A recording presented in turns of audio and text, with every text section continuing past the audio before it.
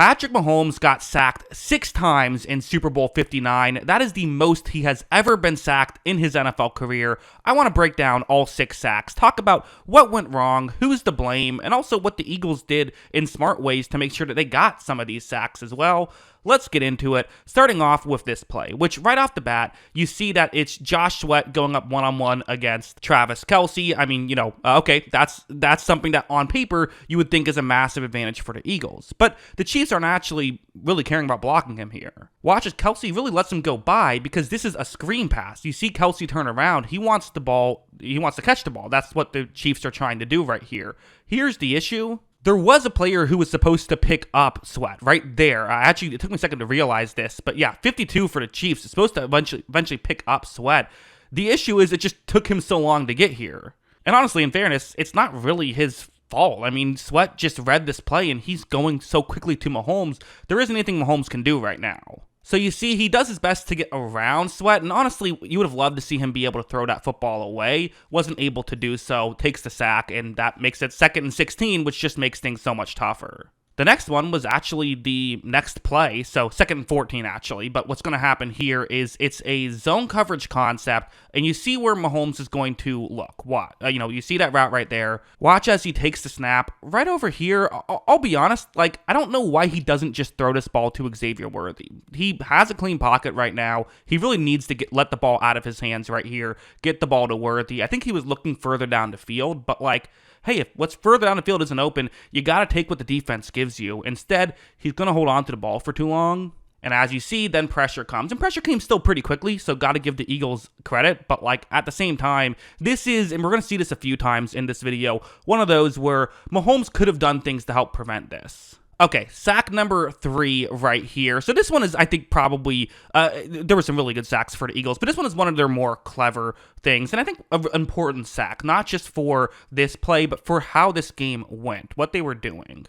Watch how when this play begins, watch Josh Sweat, who actually was lined up as the edge rusher. I couldn't tell if this was a stunt or just because of the fact that he was chipped, meaning a tight end blocked him for a bit. He ends up going more towards the middle. I wasn't sure if that's by design or just worked out that way. But either way, that's where he is, right? And I think this is really what the Eagles did so well against Mahomes, is what is Mahomes probably best at? It's getting outside the pocket and extending plays, right? The Eagles did not let him do that in this game. They had a clear effort to make sure that if he tries to get outside the pocket, pay attention. You see Sweat on this play. Watch how when Mahomes tries to step out, Sweat's aware of it. He goes over. He doesn't actually make the tackle, but he ties up Mahomes enough. Someone else is able to get over and get the sack right there.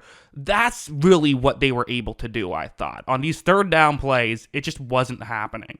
Sack number 4, again, we're going chronologically, so this is another one where I'm going to put in the Mahomes could have handled this better. So first off, 1st down and 10, because sometimes it's like a 3rd down and 9, and if you hold on to the ball for too long, I kind of get it, right? You're trying to make sure you throw the ball past the sticks, but here you see Mahomes is going to take the snap. He looks over in this direction, and as of right now, where should he go with the football? Well, he actually could throw a check down if he wants to. He doesn't want to just yet. He wants to make a throw, further down the field, which again I understand. I think what's worth mentioning though is he has a completely clean pocket. So, again, offensive line, going to get some criticism. We're going to talk about them on a couple other plays later. But to say, well, there was nothing Mahomes could do, he was under pressure all game, would just not be true. And this is kind of how our brains work when we watch football, is sometimes wrong. Because you see now, he ends up, while still having a clean pocket, running directly into pressure. That's just, you can't blame the offensive line on that. If you want to blame the receivers for not getting open, okay, that's reasonable. But this was a play where, again, I think the thing you have to give the Eagles defensive line the most credit for is not allowing Mahomes to get outside the pocket or to run, because, again, we know how deadly he is at that. And that was a lot of their strategy was, hey, we trust their coverage when we have to. They did a great job at pass rushing, but more than anything, they did a great job at pass rushing while not giving up containment. We've seen teams fail at that time and time again, but they were able to get to Mahomes without giving up containment, and that was really what I think was so special about them.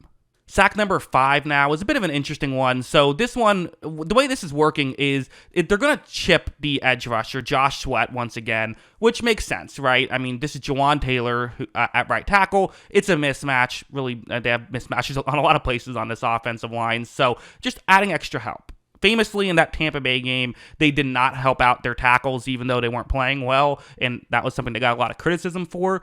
That's not what they did here. They were helping out their tackles as much as they could in these situations. However, when this play begins, you see the chip kind of works to the Eagles' benefit. So Sweat gets bumped more towards the kind of, where the guard was, but the guard's paying attention to the interior defensive lineman. He has to. And in a way, this almost just pushed Sweat into a spot where he has a straight shot to Mahomes. Now, again, this is just a weird thing about Mahomes, where obviously you can't blame him for getting sacked here. Although, I do think it's fair to say, like, we can judge people, grade people on a curve, right?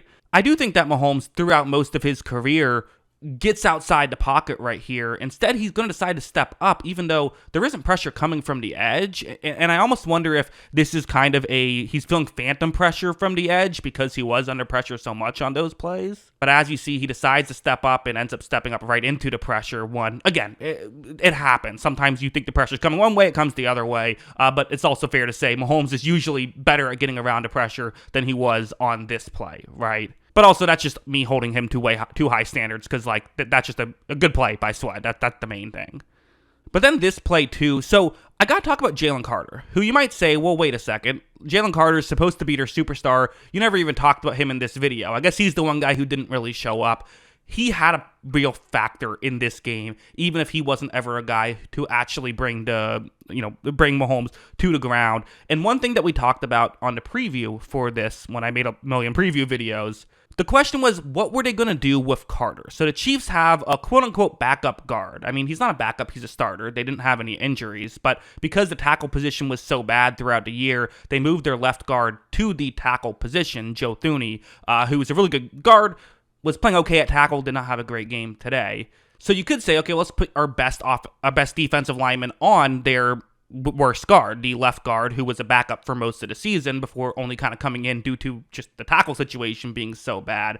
What they actually did was put the guard on, or put Jalen Carter on the right guard, because the Chiefs have a really good right guard, but they still want to double team Carter. And in doing that, now you get Milton Williams having one-on-one matchups with Mike Caliendo, who just isn't that great of a guard. So when Mahomes takes the snap, you see Williams just completely drives Caliendo backwards. Now, Mahomes feels some pressure.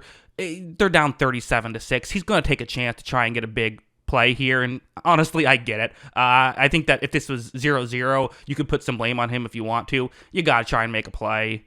As you see, he gets hit from behind. He actually got whacked in the face by a different defensive player. That was Jalen Carter, despite getting double teamed, was able to get some pressure, but that didn't get called. Not that it would have made a huge difference, but hey, for the Eagles, they get the not just the sack, but the sack fumble as well, and are able to take over deep in Kansas City territory, where they scored another field goal. So yeah, as a whole, really good performance. What's kind of the closing notes on this? Who's to blame? Well, again, you can't have something like this happen with everybody playing at the top of their level, right? The receiving core definitely is to blame. They weren't getting open enough. The offensive line obviously gave up way too much pressure, and Mahomes had plays where he deserves blame as well. I think everyone can get criticism, but at the end of the day, you gotta just give credit to the Eagles defense, right? So many good defensive linemen, smart, coached team. They weren't giving up much down the field, and then they were able to consistently get the Mahomes and make the tackles when they got there too, which isn't so easy. So yeah, those are my thoughts. What are yours? Let me know in the comments below. Always love hearing from ya, and of course, as always, thanks for watching.